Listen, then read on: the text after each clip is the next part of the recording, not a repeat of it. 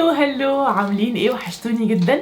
فيديو النهارده هنلعب مع بعض شويه بالميك اب، وهنعمل ميك اب كده فيه الوان وفيه لعب كتير جدا شبه الميك اب او يعني مستوحى شويه من الميك اب بتاع الاطفال. النهارده هنجرب مع بعض الميك اب بتاع شي جلام اللي هي اللاين اللي هو اسمه بلاي جراوند. حلو جدا، هفتحه معاكم ونعمل سواتشز للالوان وكمان نجربها على بشرتنا. فمستعدين؟ يلا بينا نبتدي. خلونا نجرب مع بعض الباليت دي، وعايزه اقول لكم دي فكرتها مختلفه شويه. دي حاجه اسمها ووتر اكتيفيتد شادو باليت، هو زي شادو او اي شادو بس بيكون حاجه اسمها ووتر اكتيفيتد، يعني الالوان بتاعت بيحصل لها اكتيفيشن. اللون بتاعها لازم تحطي عليه ميه الاول علشان يكون بيجمنتد. ده شكل الباليت ودي الالوان من جوه. بصوا الالوان قد ايه مطرقعه وقد ايه يعني تحسوا ان انتوا عايزين تحطوا كل الالوان دي على بشرتكم.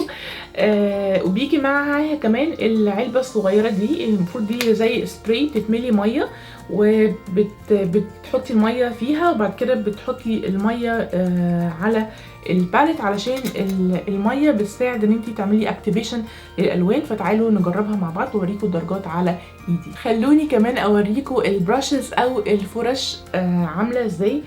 بصوا تحسوا ان انتوا عايزين اكنكم في حصه رسم في المدرسه وعايزين تلونوا وكده. بصوا ده شكل البراشز. الفرشه دي يعني ترسموا حاجه فيها ديتيلز شويه او رفيعه. الفرش التانية بتفكرني جدا بفرش الرسم بتاعه زمان لما كنت بقى ايام ما كنت برسم لوح بالزيت وبالاكواريل وكده.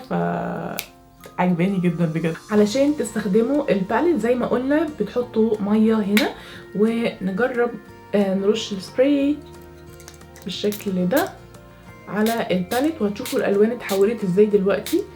عارفين انا كنت بستخدم من نوع الميك اب ده في الكاركترز اللي كنت بعملها، او الناس اللي متابعاني من زمان كنت انا بعمل ميك اب كاركترز او ميك اب شخصيات كرتونيه، فكنت دايما بستخدم نوع الميك اب ده وبتسالوني عنه كتير، بس طبعا كان من براندز غاليه جدا. فانا مبسوطه ان شي جلام عملت حاجه زي كده وافوردبل جدا وسعرها حلو جدا، من $5 لتقريبا $9 في الحدود دي. فسعرها حلو جدا بالنسبه للكواليتي اللي هتشوفوها. شوف قوه اللون مع بعض. بصوا اللون بيبلند ازاي مع الميه. تعالوا اوريكم شكل الالوان. بصوا سواتش للدرجات على ايدي. عارفين وانتوا بتستخدموا الفرشه وبتلونوا كده هتحسوا ان انتوا بجد في حصه رسم ايام زمان كده. عارفين احنا صغيرين لما كنا بنقعد نرسم بالفرش والالوان، مش ميك اب خالص، بتحسوا احساس حلو جدا. فبصوا دي السواتشز بتاعت الدرجات، وممكن طبعا تعملوا بلند او تخلطوا اكتر من درجه مع بعض وتطلعوا الدرجه اللي انتوا حابينها. يعني مثلا لو انا عايزه اعمل اخضر ممكن ادمج اللون الاصفر والازرق مع بعض عشان يديني اللون الاخضر، وترسموا بقى بيه ايلاينر، ترسموا بيه اي حاجه انتوا حابينها على بشرتكم. عايزه اوريكم بس كمان ثبات الالوان. يعني كده بعد ما خلصت بصوا الالوان بتكون ثابته جدا ومش بتطلع غير بالميه تاني، يعني لازم تحطوا عليها ميه تاني علشان تطلع، لكن غير كده بتكون ثابته جدا على البشره. فانتي ممكن كمان تستخدميها كبيز للاي شادو، يعني اللون الموف او الاصفر او كده ممكن تستخدميهم كبيز، وبعد كده تحطي عليهم الاي شادو هيخلي لون الاي شادو بيجمنتد جدا. هستخدم الفرشه اللي هي رفيعه جدا اللي انا ارسم بيه ايلاينر باللون الموف. تعالوا نرسم خط فوقه باللون الاصفر.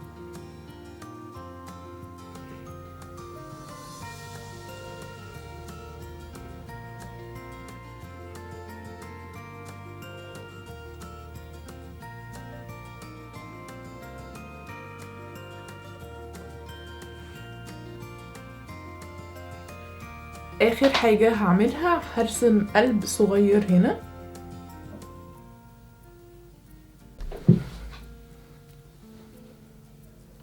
ده شكل الميك اب بعد الرموش.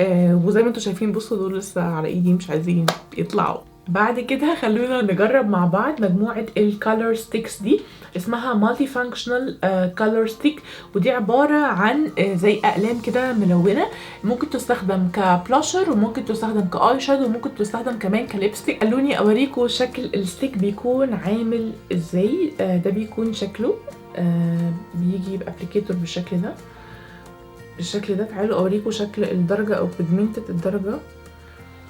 واو بصوا قد ايه بيجمنتد جدا. دي اسمها ساي فلاي، والدرجه دي اسمها ساترن ريتيرن، ودي حلوه للبنات اللي بتحب الالوان اللي هي على بني شويه.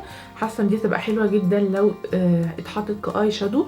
اللون البني بتاعها لون بني دافي كده، حلو قوي على البشره. الدرجه اللي بعد كده اسمها سايبر بلو، وبصوا ازرق ازرق ما بيهزرش. الدرجه اللي بعد كده اسمها بينك فيلر، وبصوا لونها قوي جدا.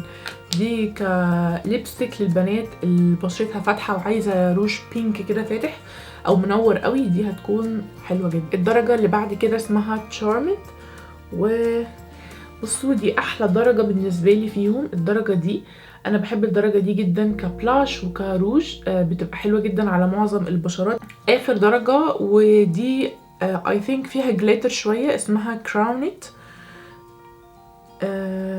بصوا دي ممكن تستخدم فيها، هي على جولد شويه وفيها لمعه، فدي ممكن تستخدم فوق الليب جلوس لو انتوا عايزين حاجه فيها لمعه شويه، او تستخدم كبرونزر تدفي البشره. دي تبقى حلوه جدا للبنات السمراء او بشرتها قمحويه شويه، لكن لو انت بيضه دي ممكن تكون غامقه عليكي شويه. تعالوا نجرب مع بعض الدرجه اللي هي اسمها تشارمد دي كبلاش على بشرتي ونشوف هتكون عامله ازاي. هحط كميه صغيره جدا، وبالمناسبه هستخدم برضو الفرشه بتاعه شي جلام بتاعه البلاش.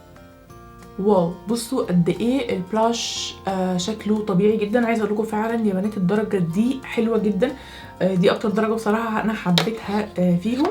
حاساها طبيعيه جدا جدا، وممكن كمان نستخدمها ك الله بصوا الدرجه كروج.